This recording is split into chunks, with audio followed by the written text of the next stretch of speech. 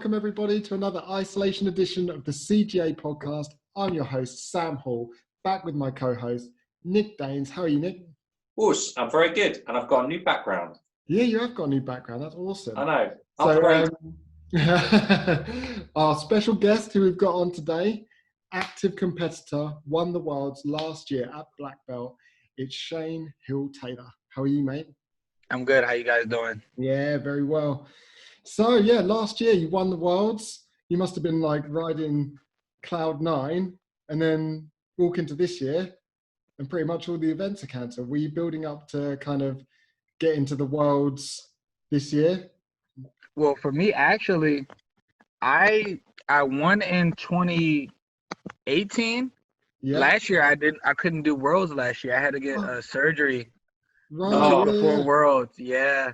So because this year kind of doesn't count. It kind of feels like I say the same thing I say like last year, because I just go off of one world and then the year before last year. So for me, this would be 2 years no worlds.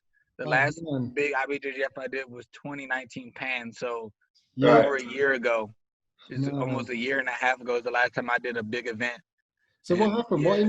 What injury kept you out last year? I was training. It was the weekend before we fly out. So the weekend before Worlds, I was supposed to fly out 3 days later. We're about to train. We were supposed to have a big training and a big team cookout and like our last little team meeting before everyone starts their flight schedules and everything out. So we're training. I went to see a movie with some of the kids on the team. I go home and my stomach just starts hurting really, really bad. And I thought I just had a bad reaction because we went to a restaurant, but I couldn't eat much because I was dieting. So I just had like some cabbage.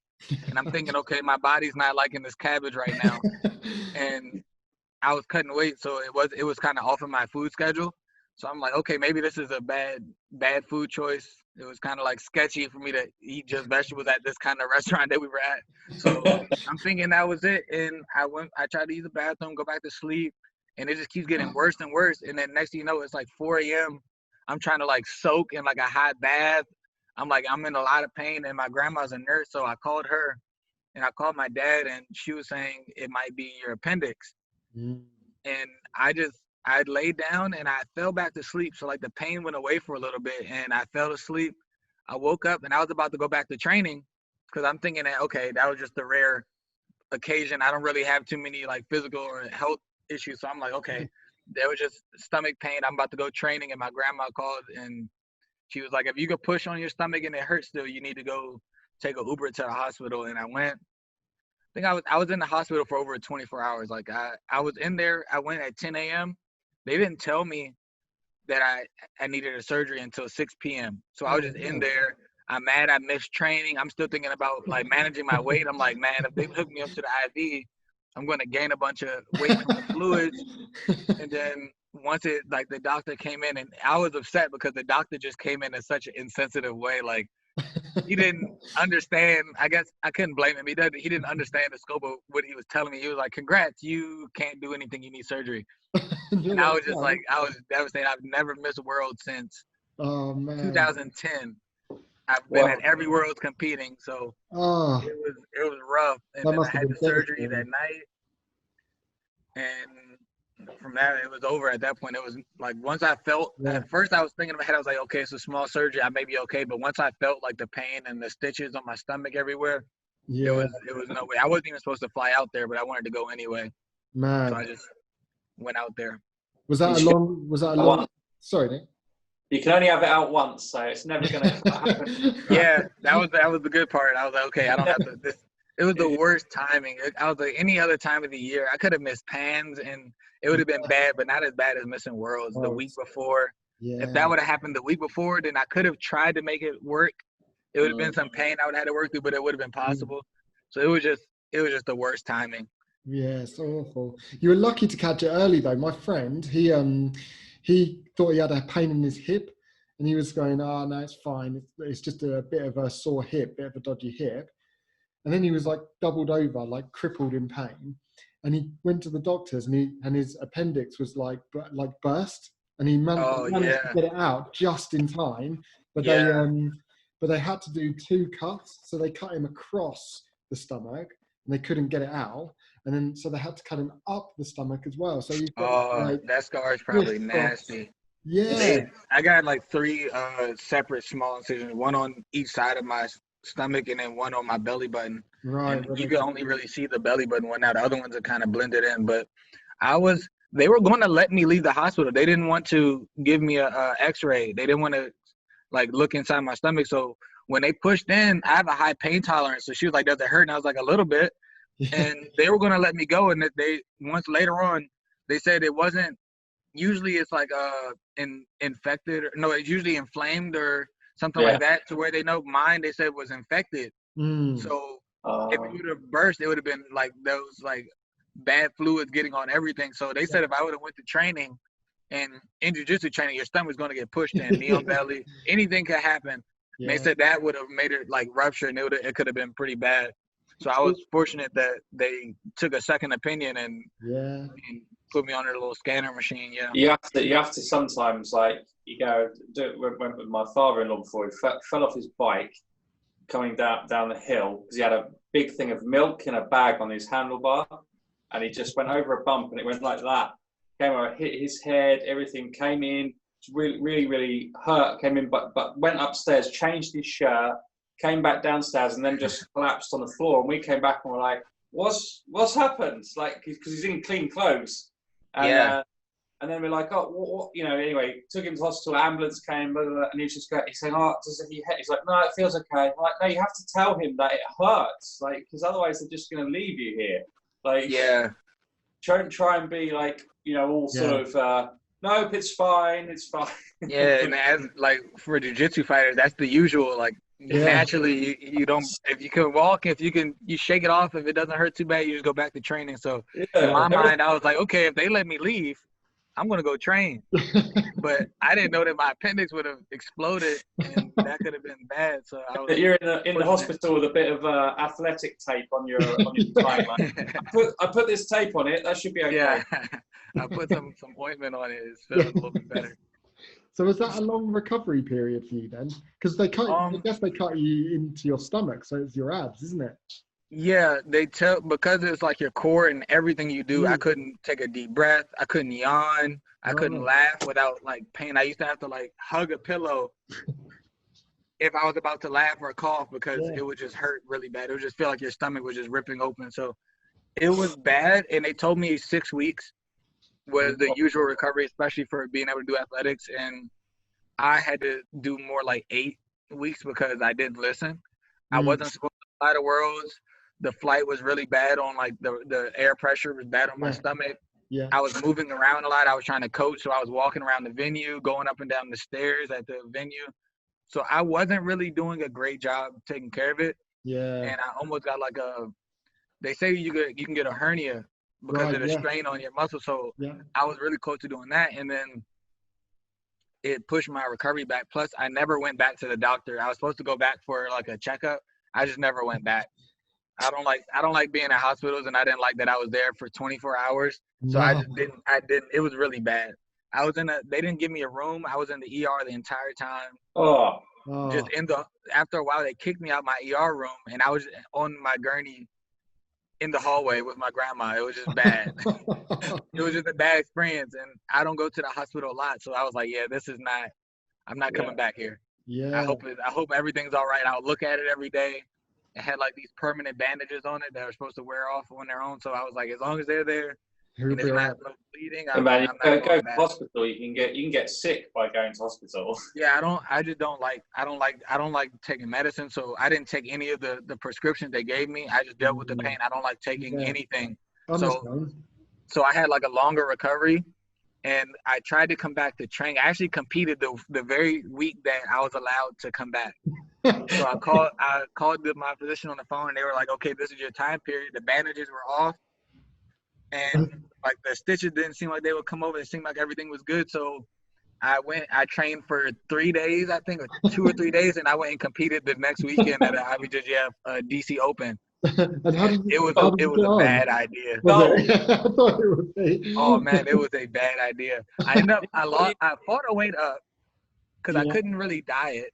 Yeah. They actually told me to stay away from a lot of vegetables and things that would make you use the bathroom a lot because using like the strain from using the bathroom was bad on the stomach. So they told me don't eat a lot of high fiber things, nothing like that. So I was on like kind of a keto diet. I was just eating meat and like I was like, they told me don't eat no vegetables, so I was gonna eat steak and burgers every day. And I went and competed, and I thought I'd be fine. It was like a local tournament, and some good guys showed up, and I had like 3 hard fights in my division. I lost by an advantage in my division finals, and I was mad, so I went and did the open.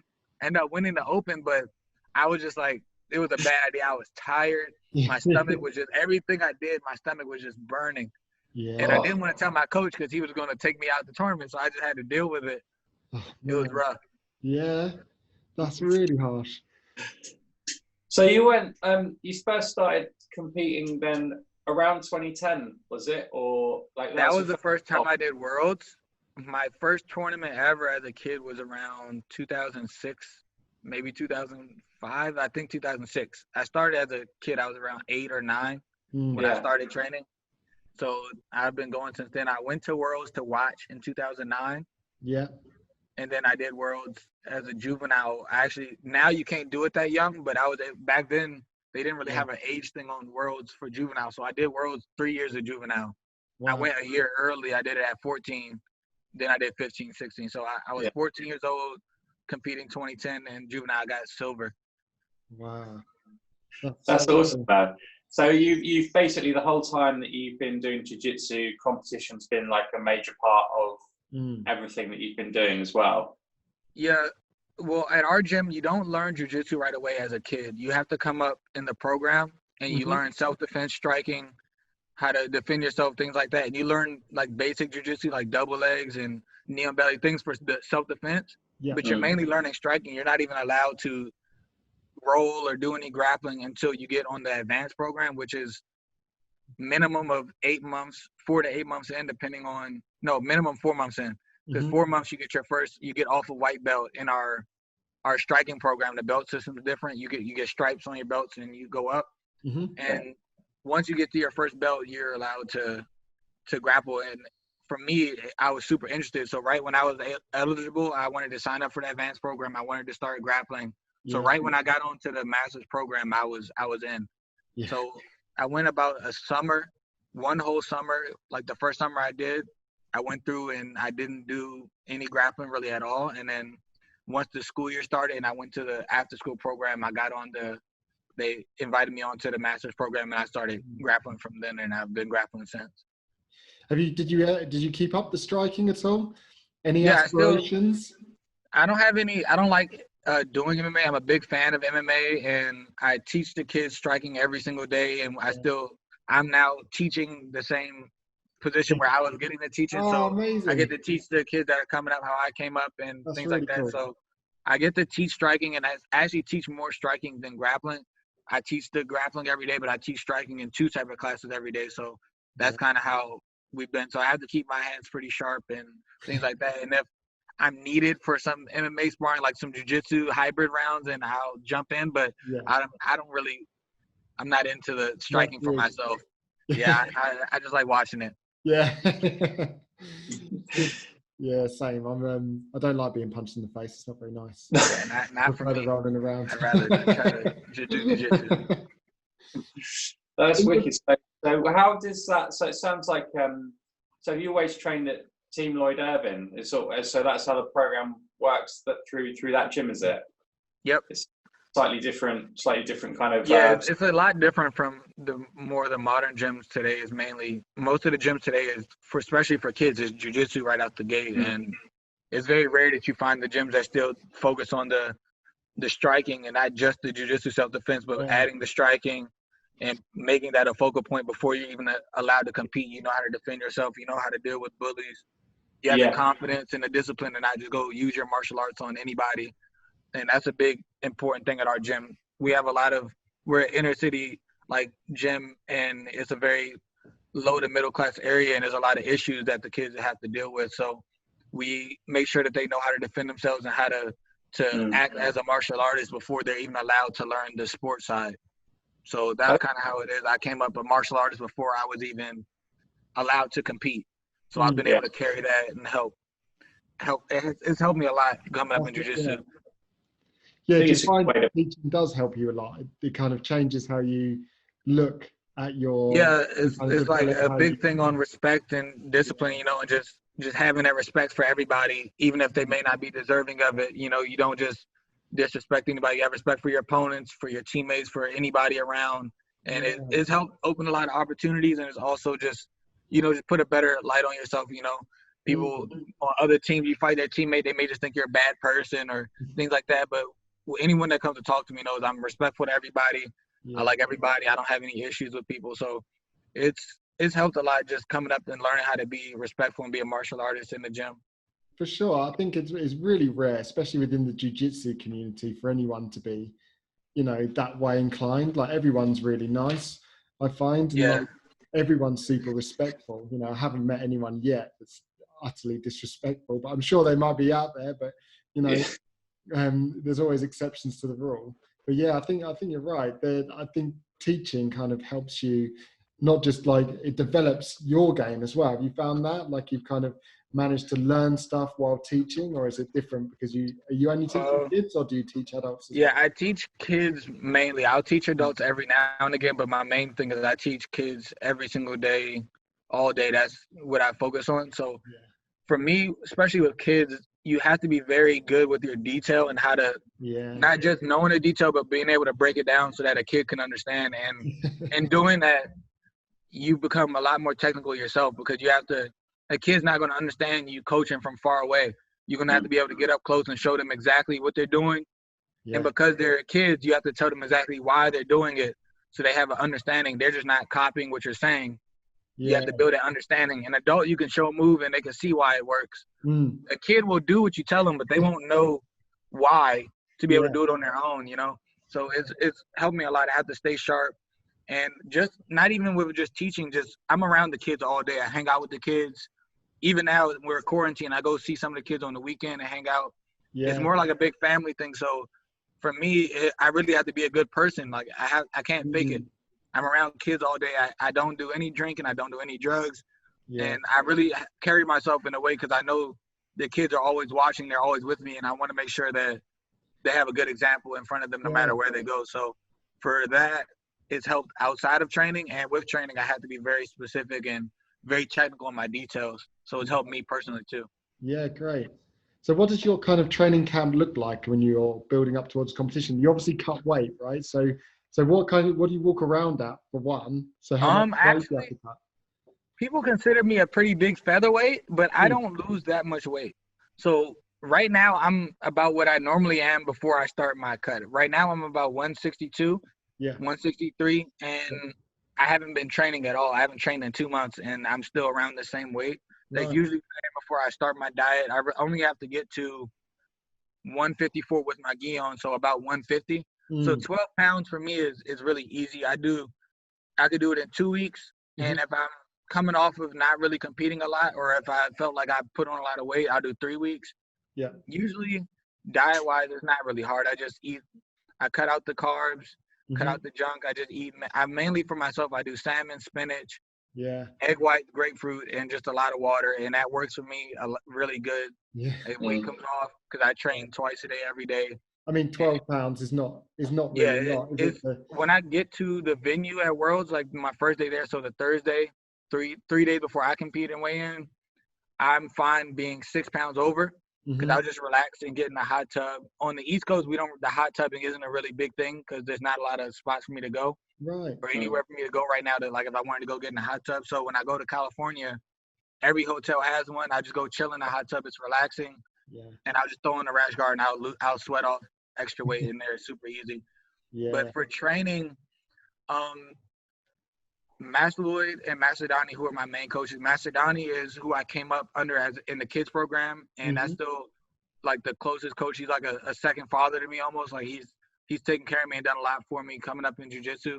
And he's been the coach I was exposed to first, and Master Lloyd is the head of the gym. So it's the same systems, same coaches, but I do a lot of training with the kids still. So I train more with Master Donnie. But in the morning, I'll do a class. That's Master Lloyd's class. We train. He does a really good job of focusing down on drilling the techniques, and then not so much the fancy things and things that everyone likes to do, but really we have like a core thing that everyone on the team has to be able to really understand this position, even if it's not in your game, and understanding these certain things and these important positions and just drilling them to where you can do them with your eyes closed. You can do them off muscle memory. Perfect. That's kind of what we work towards. And that class is very intense. We do a lot of drilling, a lot of things designed to make you tired and make you have to really focus on your technique and not give up on yourself kind of. So it's a lot of intense training. And then I usually teach in the middle of the day. So after that, the kids start coming in for school. I help with the homework. I help pick up kids if we need to. Then we teach the kids. I teach the night classes, which is another group of kids. And then my night training, depending on which day, it'll either be Master Donnie's advanced kids class or Master Lloyd's second adult class.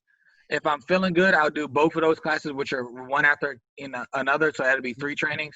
But usually I stick to 2 so I don't kill my body, because I train every day, especially when it's competition season. I train Monday through Sunday every day. So I don't want to kill my body. I don't want to hurt myself. So that Master Donnie's class, we really get into the super technical, the super understanding your mistakes and what each of us do right and wrong, and really barreling into video watching and getting into our games to be able to be the best version of ourselves. And that class is super, super technical as well. So both classes are super technical, just in different areas. And that class, we roll hard too. I roll hard in every class I'm in for the most part. And that's just how we go. And I don't run my own training. And I feel like that's a very important thing for me as an athlete, to not overwhelm myself, and also to be able to still be in a student mindset. I like to always feel like I'm learning, and I like feeling like I'm not as good as I can be yet. You know, if I'm supplementing my own training, I'm deciding everything, you start to feel like it's not for yourself. And it's hard to get something out of it for yourself. You're helping everyone else out, which is good. But when I want to compete and I want to be in a mindset of being a student, I like feeling like when I leave at the end of the day, I'm not perfect. I have stuff I want to work on. I like being upset that I messed up on something, and that I have something to go home and focus on. Yeah, because if I go home and I had a great training day, I don't have anything barreling into my mind. I feel like I need something on my mind. Like, I didn't like how I did this. I could have had a day where I tapped everyone out, or a day where I didn't lose any of my rounds, but I'm super picky where I'll be like, I didn't like that I lost a sweep here, or that I couldn't pass here. And it'll be on my mind. And the whole night I'll be thinking about how I can fix it and things like that. I'll watch some videos, and when I come in the next day, I have something to focus on. And as long as I have that mindset every day, I'm going to eventually cover every aspect of my game and had moments where I really focused on it, so my game's really solid. And that's just kind of, I like that feeling. So I like having 2 very technical, very passionate instructors over me, really getting them. I like when they yell at me, get on my case about something I messed up on and something I'm not paying attention to, something I need to work on, because I really feel like that helps me as an athlete. So I like that, and that's just how our training is. It's very intense. If you're on the floor and you're saying you want to be a world champion, you got to be ready to get the intense, hard coaching and really hear things you don't want to hear. Just take it and let it drive you to be the best version of yourself. So that's how our training is. Super intense, but everyone there is there for the same reason. We're all going hard.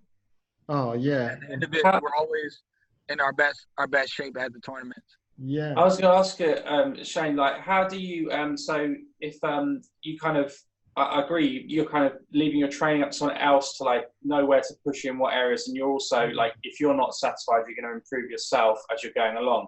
Do you set yourself goals as well with, you know, your training partners as to where you might be able, you know, you go with that guy because you're going to think that he's got a really good, like, top game or passing game for your, you know, your type of guard or something, to try and like pit yourself against the best training partners to improve certain areas? Is that something you would do, or do you kind of work around it differently? Me personally, especially on our team, we try, because you train with the same people, you're naturally going to memorize people's games. So I try not to focus on it like actively. I don't go in, if I'm rolling with like a Muhammad, and say, okay, he's bigger, I need to lock down here. I go at everyone and I try to do my same game. And it's already going to be hard because these are my training partners that I've trained with every day for years. So I'm going to know what they're good at and what they're not good at. But I try my best to focus on myself and focus on what I want to do. So yeah, I come in with different goals. You know, some days you just say, okay, I want to try to tap everyone out. Some days you want to say, okay, I'm focusing on this guard because I feel like I need to work on this guard and I end up here a lot. Or today I don't want to give up any points. I want to try to be as point avoidance as I can from being on top. I don't want to be swept. I don't want to be put in any bad situations. And I do things like that. I like to challenge myself. I don't think it's really essential, but I like to do it myself. I like to give myself that edge. I don't like to ever be comfortable when I'm training. Yeah. I can keep making myself uncomfortable when I get to the tournament. I will be comfortable in all these positions. There won't be anything that surprises me. I'll be ready to be in that moment where I'm not in a good spot and I can still operate and think clearly and not just panic. So I don't like memorizing my teammates' game, even though it's inevitable. So our coaches always tell us, don't try to worry about who you're grappling, impose your game. And that works at the tournaments as well, because if you're used to memorizing your teammates' game, when you get to the tournament, you're going to be trying to match whoever you're fighting up with one of your teammates. And that's time being passive and not trying to impose your game. You're sitting around trying to see what guard they play, what they want to do, where you should be imposing your game. And as you go along, you'll see, okay, they play this game. I'm used to this. My teammate already does this. Where, you know, it's not something you're actively thinking about. It'll just come along as you're going. So I feel like that's good for yourself and being passive. Yeah, imposing your game. Because I think that's like, we were discussing this, you know, previously. And obviously, like, sometimes, you know, people will go, and I say sort of lazy phases where you're not really imposing anything in sparring, and like you know, like you, we train with like the same people all the time, so you kind of know this guy likes that, so I can just go here and do this, and that's all right.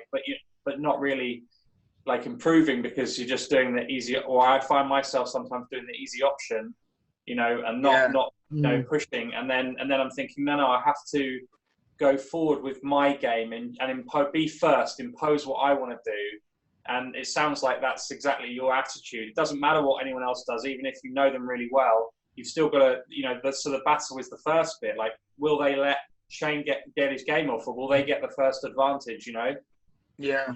I think that's really important, what you said about not really focusing on that, but focusing on yourself and being able to look out and put yourself in uncomfortable positions. Because when you're training, say like you're in a 50-50 and you're in training and you're tired, it's very easy for you to convince yourself, man, this is just training. I could take this sweep to get back to my guard. It'll be fine. Yeah. But you have to really challenge yourself and put yourself and make the uncomfortable decision. No, I'm going to stay on top, even though it's going to be hard and I'm tired, because when I get to the tournament, there's going to be a time where I can't be swept.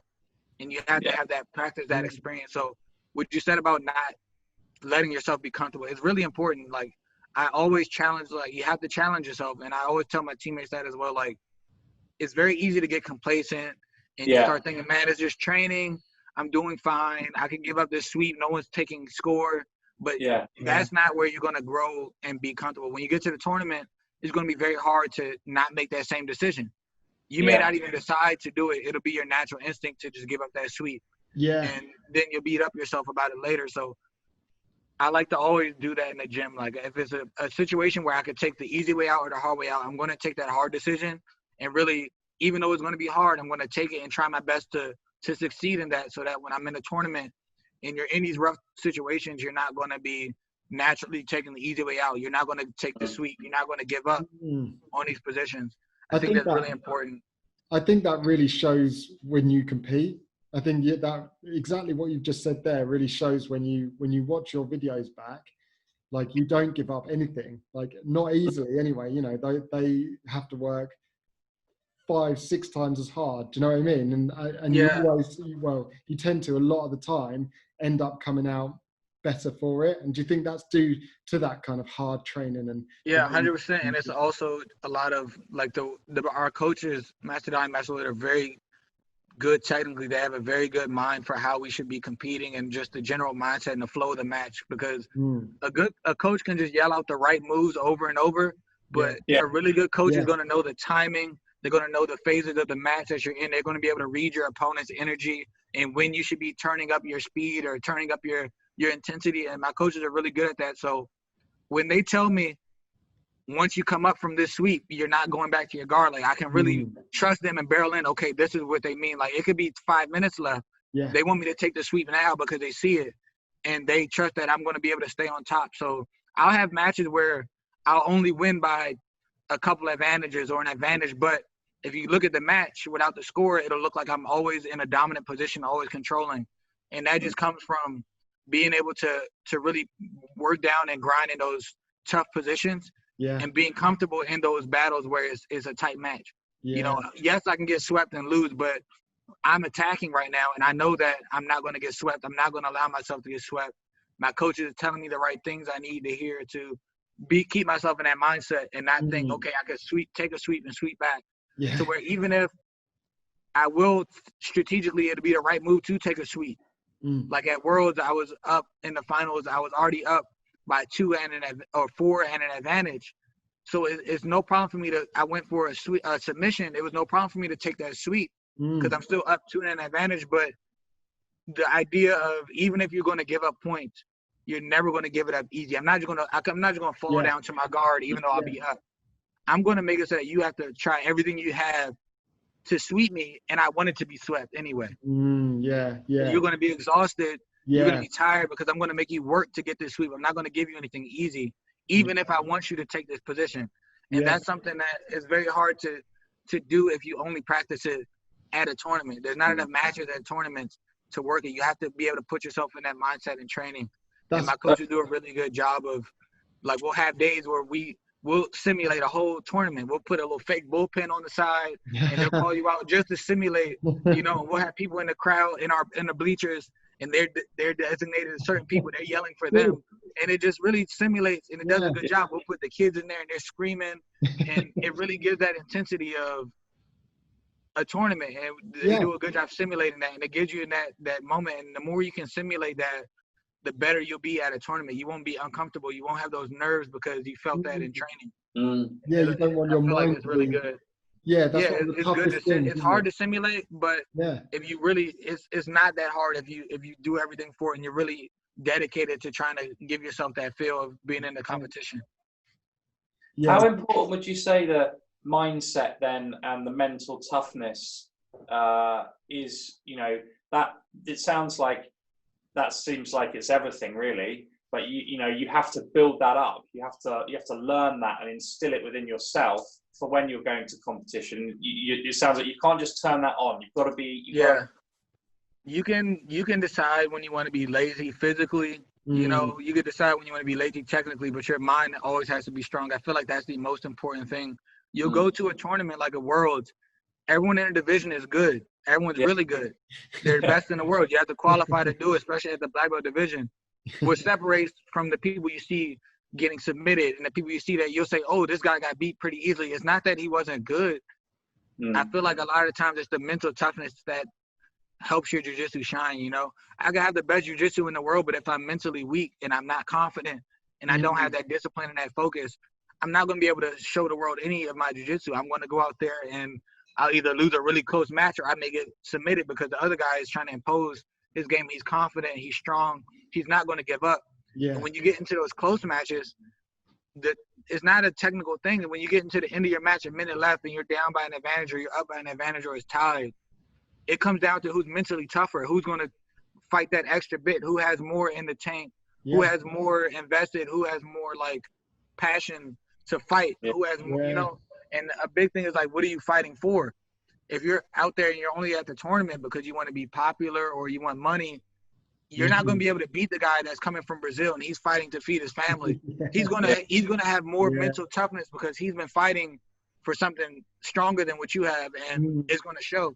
So I feel like all that is a component of the mental toughness, having a reason to fight. What are you competing for? Of course, everyone wants the gold medal, but it goes beyond that. Like, what are you fighting for? What are you trying to do? Are you trying to inspire? Are you trying to build a legacy? Trying to build a team? You trying to inspire your teammates? Like, what are you fighting for? Then it comes down to how passionate are you about your goals? How hard did you work in the gym? And so mental toughness can't be turned on at the tournament. It has to be at the training, because if you're training, you are mentally weak. You can't turn on at the tournament because that comes a part of it. Your training is a part of being mentally tough. You know, not giving up on the mats. Being able to hear your coach yell at you, being able to getting submitted by your teammates, or it may be somebody that's not supposed to submit you, a lower belt, and being able to like ego check yourself. You know, you have to be able to put your ego to the side and really focus on getting your mistakes fixed and things like that, and really just being transparent with your teammates and your coaches. You know, you can't have an ego training, and all that is a part of being mentally tough. Yeah. And when you put all of that together, then your technique is going to be good because you did all these things. And I feel like that's a lot of it. You can't ignore certain parts of your game because you don't like it, or you don't want to work on certain things. You have to be, all of that becomes a part of being mentally tough. You know, your diet, being focused, not cheating on your diet, not skipping training, going to training when you're tired, when you're hurting. You know, all of that is a part of it. So you have to be able to do it in training to be able to do it in the tournament. And it all comes together. Yeah. It's not at the tournament, no you know? surprise that you guys, like, you know, talking to you, and then when I think of people at our gym that I think, oh, that guy's really good, that guy's really good, but they do all that, the stuff you're talking about. You know, obviously they diet, they train, they do their cardio, they do all the stuff they're doing, and I think it's really easy sometimes to go, oh, that guy's just good. Yeah. But doing all the right things to be good. Yeah. So every gym is you're gonna see that every gym there's gonna be guys, and they may not even want to be a world champion or anything like that, but they're in the gym, they train, they take care of themselves physically, they may eat good and have their health in order, but you wonder, like, why don't they succeed in competitions? Why aren't they good, but they don't put it out when they go to the tournament, that you don't really see it? It could be a mental thing. It could be an issue with the mental toughness. And some people, especially when you come from other sports, it's hard to switch it over to jiu-jitsu. You know, if you come from playing another sport professionally, especially, you have to really, like, physical, it's not going to be a thing. You have to build that jiu-jitsu mental toughness. Coming from another sport, you're already physically in shape. You're already going to be a physical specimen. So you're going to pick up the techniques really well. And a lot of times they think that that's all it takes, just to pick up the physical techniques, because they're already an athlete. They already have these skills. But when you think about it, you have to be able to transfer over the mental side. And you have to pick up the mental side, or else, as physically good as you are, as athletic as you are, there's going to come a time where you're not going to be able to perform how you want to, because that's not enough. Mentally. It's not enough. So I think every gym has those guys. You know, it's not bad on them if they're not passionate about competing, or they may not understand it yet. You know, as long as you have a coach that's telling you those things and really pushing that, the mental thing is very important as well. They'll be good off in the long run. But there's always some people in the gym where you're like, man, those guys are good, but they don't win a lot of tournaments. It gives me such a hard time in the gym. But when we go to the tournament, I'll win my division. They won't medal. You'll see these things, and a lot of times it could be a mental toughness aspect, you know, or just being able to understand the connection. Yeah. You know? And I think maybe in training, you know, simulating those situations best as you being can. able to challenge yourself mentally is a good way. You know, you have to challenge yourself. You know, your coach is going to challenge you, but you also have to be able to challenge yourself. You have to be able to challenge your teammates. You know, a lot of those things. It's very easy, isn't it? It's very easy to be like, oh, I feel a bit tired today. I'll just it's easy. Your mind is going to be trying to take care of your brain's trying to take care of your body. Yeah. It's going to tell you to rest. It's going to try to tell you to take a break, you know, but you have to be able to push. And when you push farther, now your mind, the way I see it, like, your brain knows now you can take this much punishment. So the next time, your brain's not going to tell you to rest. You're going to be motivated. You know you can deal with this until you get to the next barrier, and then you get to that. You try to burst through that, and you just keep working to where in a match time at a tournament, or in the length of a tournament, you're never going to be able to reach your limit. You're always going to be able to have more. You'll be able to finish the tournament and still think that you can go 5 or 6 more rounds if you needed to. And I think that's a part of it. Because tournaments are tough, aren't they? You know. Yeah. I don't know whether have you been looking at maybe doing more like super fights, maybe in the future? Look into it. Yeah. It's just the timing of it for me is a big thing. Coming up as a kid, I didn't do a lot of super fights. I didn't do anything like that until black belt. Yeah. I just did the normal tournament. So for me, it's something new to me in that sense. Like, I just started at black belt, so I'm not gonna not do a tournament because it's a super fight. I'm always gonna take the tournament. And that's just how it is. If the team's doing this tournament, I'm not going to go to the other side of the country and do a super fight. I'm going to do the tournament, and that's just a mindset thing for me. Yeah. Just where I like to be with the team, and how I like everyone to be zoned in on the same goals and things like that. So I look for the super fight. It's just the timing has to match up. I'm not going to take a super fight a week before Worlds when my goal isn't to be a super fight champion. My goal is to be a multiple-time world champion. So I prioritize IBJJF Worlds over any other tournament. Yeah. So when I'm doing the things like the ADCC, I train for the ADCC and I train hard. But if ADCC were on the same day as Worlds, I may not. You know, it's hard for me to switch over. If there's a super fight the same day as Worlds, no matter how much they're offering to pay me, I'm going to take Worlds. You know, and that's just coming up. That's just what was more important for me. It may change in a month. It could change tomorrow. You know, I may feel more passionate about ADCC and start doing more nogi. But I do the super fights when they make sense. I won't do anything that doesn't make sense for me. I won't just do it for money. I never want to compete. And the only reason I competed was because of the money. So everything has to match up. I have to want to do that match. I have to, you know, it has to not be in the way of something else I'm passionate about. And then the money is after all that, you know? Yeah, I mean, it's so interesting because it seems to be going the other way. Yeah, I mean, like it's just, people are more for focused me, on the super fights rather I came up fighting for free. I came up paying for tournaments and not getting any money out of it. The first time I made money during a tournament was when they did the first New York Pro IBJJF, and I won like $400. Like, that was the first time I got any money, and I didn't get a sponsor or do any super fights until I was black belt. So for me, I was always in the habit of I'm paying for new tournaments, and I'm fighting at a tournament not for money, not for anything, because I'm fighting because this is what I worked hard to do. This is what I want to do. So it could be a bad thing, you know, money wise. Like, man, you got to kind of fix your mindset. But for me, it's like I like fighting because I'm passionate about fighting and competing and representing my team. The money, of course, you need money to operate your day-to-day living and to be able to train and things like that. But for me, that's all secondary. You know, I could be broke, and if I'm able to compete every time I want to, I'll be fine. You know. And do you prefer the gi then? Do you prefer the gi to no gi, or do you kind of I like gi more. I've become a little more open to the no gi. Coming up, I competed at a higher level no gi before gi. When I was coming up in the kids, I was competing in the no gi tournaments at 14 years old. I was fighting black belts and high level black and brown belts. So I was competing at a higher level of no gi before I was in gi, because in the way it worked, you could fight teens. I would fight my teens division, and then I would fight gi men's, but I was like a green belt, kid belt at the time, and they would let me I would do blue belt or purple belt in the gi. So the highest I'd fight in the gi was blue or purple, but in no gi, I'd have to do no gi advanced, which was any belt.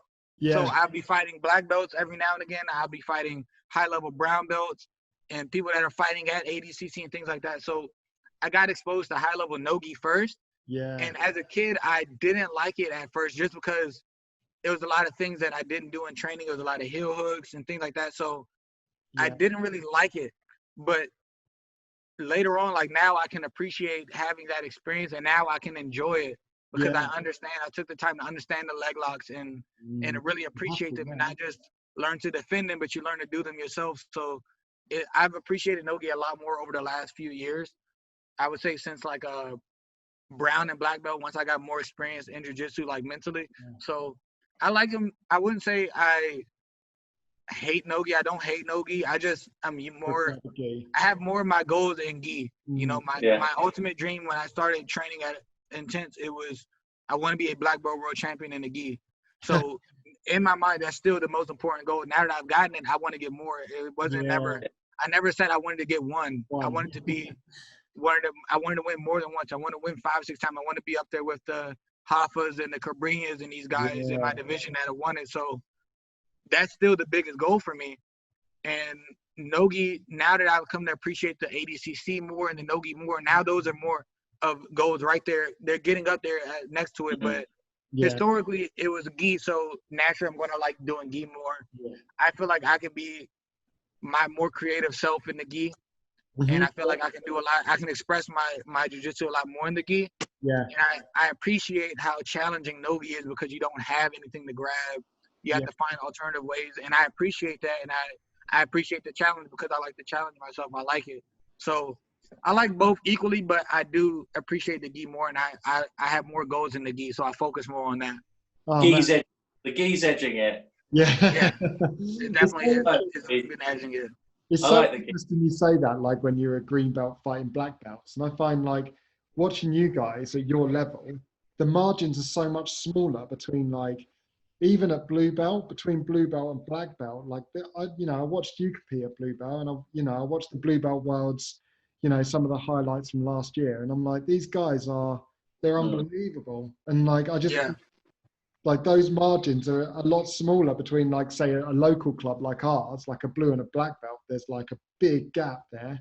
But you guys at your level, when you're competing all the time at that high level, the margins are so much smaller. So, like being able to compete at, against black belts doesn't surprise me. Yeah, I feel like at the highest level of every belt, everyone's going to be tough.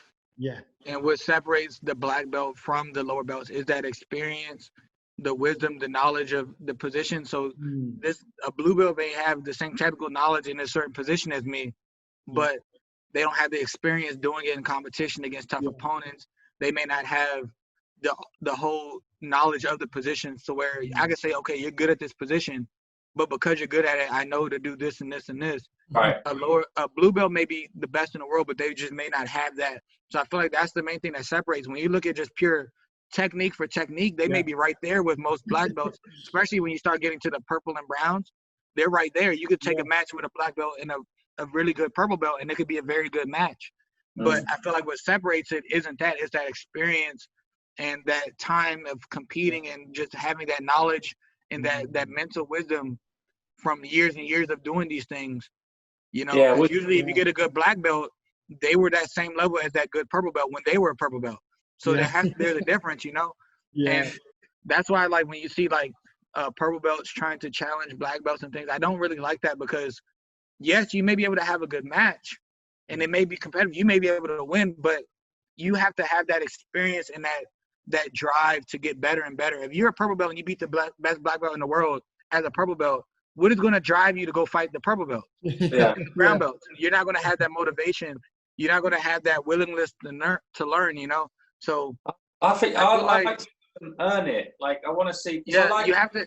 Just being good isn't enough, You want to see. It's just like what I said. Win it all, and then you can do that. You have to still earn it. You have to earn your spot to go up. That's what I said. Like, every black belt in the black belt division at Worlds is good. So you can't, like, when everyone's good, but you have to earn your way up there to be able to put yourself on that stage. It doesn't matter if you win black belt Worlds and a purple belt comes and beats you. That doesn't mean that they're the best black belt in the world. No, they still have to earn it. And I feel like a lot of tournaments are kind of giving them a chance to skip that. And it's cool for the evolution of jiu-jitsu, but I feel like it's good and bad for that purple belt. It may give them the knowledge knowing that they're doing the right thing, but at the same time, what's going to motivate them to go fight purple belt Worlds if they can beat the best black belt? I feel like you still have to earn it, Just being able to beat the one person, you have to be able to navigate through this whole tournament and win your 7 matches at purple, then come back and win your 5 or 6 matches at brown. Then you can get your black belt, and now you have to be able to be on that world stage. And I feel like that's a big part of jiu-jitsu, and I think that's the super allowing them to skip ahead, it does not help them in the long run. You have to have that knowledge. You have to have that experience to be able to really navigate and understand jiu-jitsu as a black belt. You have to be able to understand connections and meeting people and doing your seminars and just knowing how to do all these things that aren't always directly related to performance. You have to know all these things, how to take care of your body. A lot of things you learn coming up. Like, I didn't used to warm up for tournaments. I would just jump out there and go fight. And that's how I fought at purple and blue and purple. But I learned coming up the importance of it, I thought it was just normal to go fight your first match and be dead tired. No matter how easy you may have won, your chest is burning. I thought that was just normal, but you learn these things. If I just got bumped ahead, I wouldn't have had that. And then when I get the black belt early, because I skipped ahead, I may be getting exposed in these certain situations, not having the technical know-how or the wisdom to know how to carry myself. So it's a process. It's a process. Yeah, I feel like you have to respect the process. You have to respect the journey. The journey is important, The tournament is the least important part of jiu-jitsu. Everything that led up to the tournament is the important part. So you can't neglect that and just look at the results, So I feel when it comes to skill, yes, the lower belts can be just as good. They can be just as good. If you train every day 2 times a day and a high-level black belt is not, eventually you're going to be, as long as you're in the right training environment, you're going to be able to get on their level as far as technique and things. That may not mean you could beat them. You may or may not be able to beat that person, but the journey is what's important, and I feel you have to respect that as a lower belt and really look forward to that. You can't like not like that. You have to look forward to it and respect it to be able Well, to climb those things. we all hope that we'll be able to train. You know, certainly, you know, we're a lot older than you, and we want to be able to have longevity in the sport just to train because we love training. So, Yeah. you know, everyone's got their goals, but mine really is just I really enjoy it, so I want to like be able to do it. Like, that's the good thing about jiu-jitsu. No matter what your goal is in jiu-jitsu, you can achieve it on the same floor that you're on. You can do it. If you want to be a world champion, you want to just be really good and be in shape and be healthy. You just really enjoy jiu-jitsu and you love it. You want to do it as long as you can. Yeah. You can all be in the same space and help each other to the goals at any moment in your life. There's guys that come in and start training when they're 70 and they get their black belt in 10 years. They're 80-year-old black belt, you know, and they're enjoying what they get out of jiu-jitsu, and they set out. They're not setting out to be a world champion if they don't want to. They just found something they can be passionate about and they love. Yeah. And they can be on the floor with these guys that are world champions, and they can help them achieve their goals in any way with their life experience, you know. So that's a good thing about jiu-jitsu. No matter when you start, whether you start at 5, 75, you can get something out of it that can help you with your life. Because I think that relates back to that slightly in that people kind of, you know, there's the super fight mentality, I would call it, where people are like going, yeah, I've done this, now put me with that black belt. And you're like, no, you've got another like 5 years to go before that. Like you fight this purple belt or whatever.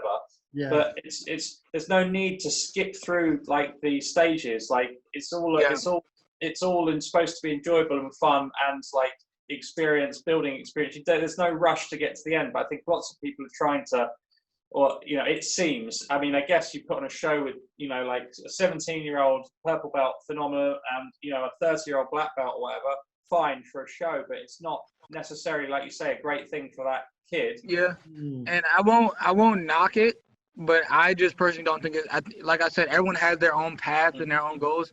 You take someone like Gordon, who made a name of himself by doing those super fights and calling out people who on paper had better credentials than him. But he made that was his path, and he did make a good path for himself with that. He gave himself opportunities. He gave his teammates, his brother opportunities because of that, and he was able to make it work. Now, I don't think everyone should copy it, thinking that they're going to get the same success. But I think there's something to look at and be like, okay, that is a way you can make it, and if someone wants to do it that way, they can. And I wouldn't say it's better or worse as far as your journey. It just depends what you want. If you want to be exactly like that, and you're in the situation too, then that's what you want to do, then go ahead. Best of luck to you. But I just feel I came up a little different. So my goals, my journey, the way I'm going to approach it is going to be a different path. All the paths may end up at that same destination of getting where you want to be. Yeah. That's why I said I won't knock it, because he did get successful and he is being successful with it, and he made it work. He called out guys that had better credentials on paper, and he beat these guys. He goes to ADCC, he wins. He goes to the next ADCC and he double golds. He wins these EBIs. He does these things and he did it, and he became successful from it, and he did it. So you can't knock it because someone did become successful from it. I just don't think someone that, you know, is just starting should just look at that as the only way of coming up, because there's going to be a lot of guys that won't be able to do it that way. If you try to force one path, it may not be the path for you. You know, you got to be really. You got to listen to your coaches and see what the right path for you is, you know? Yeah, exactly. So you can rush it. So for you, like obviously 2019, you were still recovering from injury. You got some tournaments in. Did you have any tournaments? Did you manage to get any tournaments in this year? 2020, I have not competed at all. Oh, man. I coached one tournament in California, which was the kids Pans IBJJF, the biggest kids tournament. I was there coaching. I was ready. They pulled the plug on Pan Am the week before, and that's how it went down. I haven't done anything. I was planning on doing Europeans, but I was recovering from an injury, and I wasn't able to train, so I didn't want to just go out there and go to the other side of the world without being able to train. So I haven't done anything. The last tournament I did was when I was in Korea for Spyder. The last IBJJF I did was last summer. Wow. So did you have, I guess that was your plans. Were you going to come to Euros this year then? I had plans on it, but I injured myself after ADCC. When like the first day back in the gi, I hurt my neck really bad, and I couldn't train at all for like that was September, the end of September. So early November, I hurt myself, and I had a tournament in Korea coming up. So I was trying to train as best I can. I was seeing a sports doctor 3 times a week. My training was really limited, and I was really limited in what I could do. So after I got back from Spyder, I didn't have the performance I wanted, and I didn't train at all the way from November, December. So when it comes time to think about Europeans in January, it just wasn't a good idea. I would have had to force myself to train before I was ready to. I didn't start training again until February. And I trained really hard throughout February. I was training really hard throughout March. It was getting ready for Pans. I was feeling good. Neck was recovered. Everything was good. And then they pulled the plug on it because the quarantine and everything. So that was going to be my first tournament back. So what's the next goal for you then? Are you going to look towards the ADCCs at the end of the year? ADCC is a goal of mine. I want to be able to compete in it again. I really enjoyed the process and just challenging myself in something I wasn't really used to, a different rule set, different style of training and everything for the rules. So I really gained an appreciation and a liking to it. So I'm going to try to get into that next year. I don't know what the schedule is for the trials and things, or if I have to do those, or how I'm going to do that. I think November. This year, it seems like there's not anything going on this year. I think the trials is supposed to be set for this year. Yeah, I think November. But a lot of times, the East Coast trials especially falls on the same date as a tournament in Korea, and that's for my sponsor. So I always go do my sponsor thing. So that's why I missed the trials last year. I was fortunate enough to get an invite, but I don't know the process of what I'll have to do to be able to get back in the ADCC, but I definitely want to compete in ADCC next year. I want to do everything. I want to do Euros. I want to go to Brazil, do Brazilian Nationals, Pans, Worlds. I want to do everything. And since I graduated school last year, that door's been open. It's just the cards and everything hasn't been, I'm injured, surgeries, injuries. Then we have this quarantine. So that's, I'm willing and able to go do everything. It's just the situations, so I can't really be too upset about that. Just got to wait. The time will be right when it's right. And I want to do everything. Yeah. Have you managed how's your training been looking since the quarantine? Have you managed to get much in? I've been training on Zoom with the kids class every single day.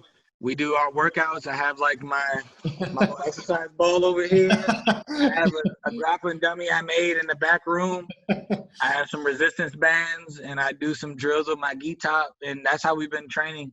Wow. I haven't really done any training for the past 2 months, like with a partner. I haven't rolled. I've drilled one time with Malachi Eben, another black belt on Team Lloyd Irvin, one of my teammates.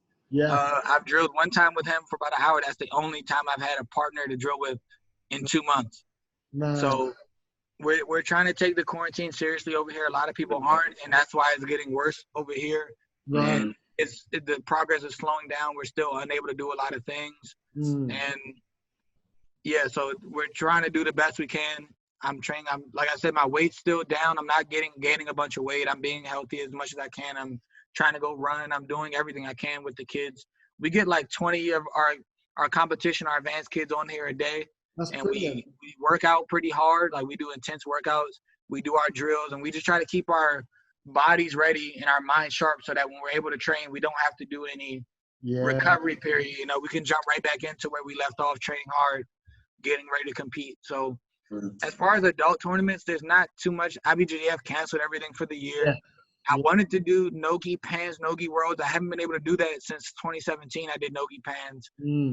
I've never done no-gi Worlds at any belt yet. I wanted to do that.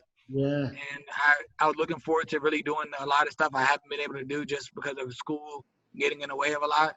When I was in school, I had to really pick and choose my tournaments. And since my goal was gi Worlds, I had to really pick all the gi tournaments and things like that. So now that I've graduated, I'm ready to do everything. It just, everything's canceled now, and I'm able to do everything. So going forward, I want to do everything I can. Oh, that's so. Cool. I don't know what for adult tournaments. Of course, there's going to be super fights going on throughout the year. I may jump out and do some of those later on this year. I may try to do some. I want to do more no-gi super fights, so I may jump out there and see what opportunities are there for me for that. Definitely should. That's kind of what I plan since there aren't really any tournaments. The kids have some tournaments planned, like the Nagas and things, the Naga tournaments. I always compete when the kids compete, so I'll go do the Nagas. I don't really – a lot of guys stop doing the smaller tournaments when they get there. I do whatever. If I'm there and there's people to compete against, I'll compete. So I may be jumping out doing some of those. Oh, those Get some poor gi guys. matches, no gi matches if there's guys there competing Yeah, with those the kids. poor guys. Those poor guys at the local tournaments. They see. Oh, there goes my gold medal. My No, foot's the guys, they go pretty hard, you know. And there's guys in the black belt division and there's guys in the no-gi. I respect that they're down to go fight. They don't care who's there, you know. Yeah. They're down to get some high-level matches in, and I'm down to fight anybody, you know. Yeah. So That's I may jump out and do some of that. Yeah. That's why tournaments are brilliant, because you don't know You just don't know. necessarily. You can get those fights. This is what Tanner was saying the other day. You can get these fights with William Tackett was saying.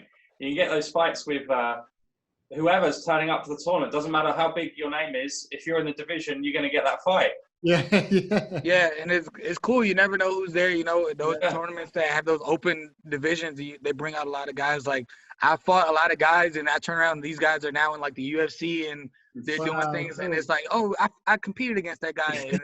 And especially on the East Coast, it's a very close-knit scene. You'll see guys in the UFC come out and fight. You'll see these guys come out and coach their guys. So if there's matches, I always jump out and test myself and go see if I can get some good rolls in. So that may be tournament-wise. That's the only thing I can see myself having for a tournament. But super fights, I'm always down. Once I'm able to start training again, I'm going to look for that. Yeah, I think that because they're the only things going on at the moment, it's probably worth looking into, isn't it? Yeah. So how would you go about training for him though, if you're in such a tight? I won't jump out there if I don't feel like I've gotten enough training in.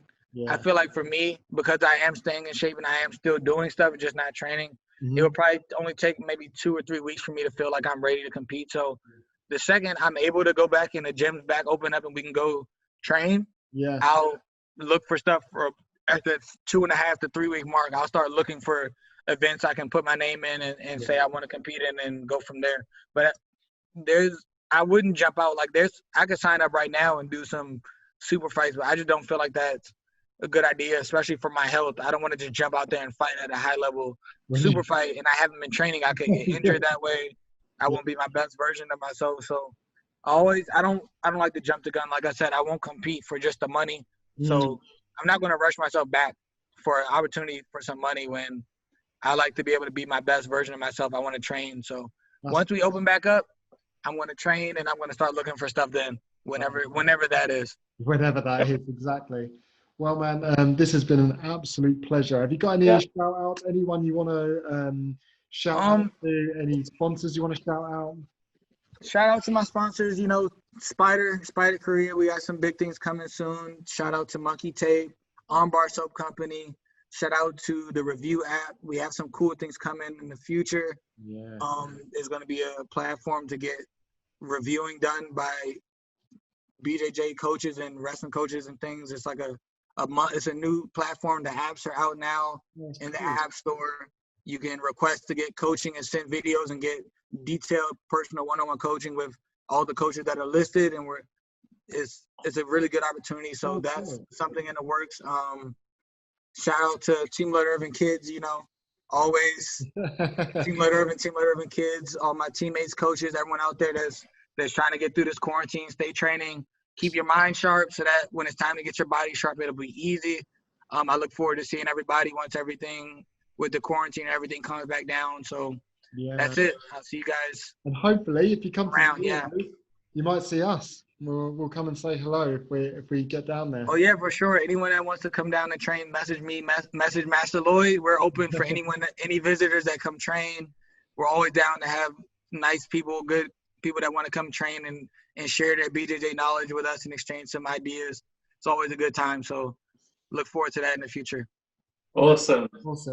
Thank you, Shane. It's been an absolute pleasure. Thank you guys for having me. I really appreciate you guys allowing me to come speak on this platform. Oh, man, it was awesome. Thanks so much. Nice. Lewis.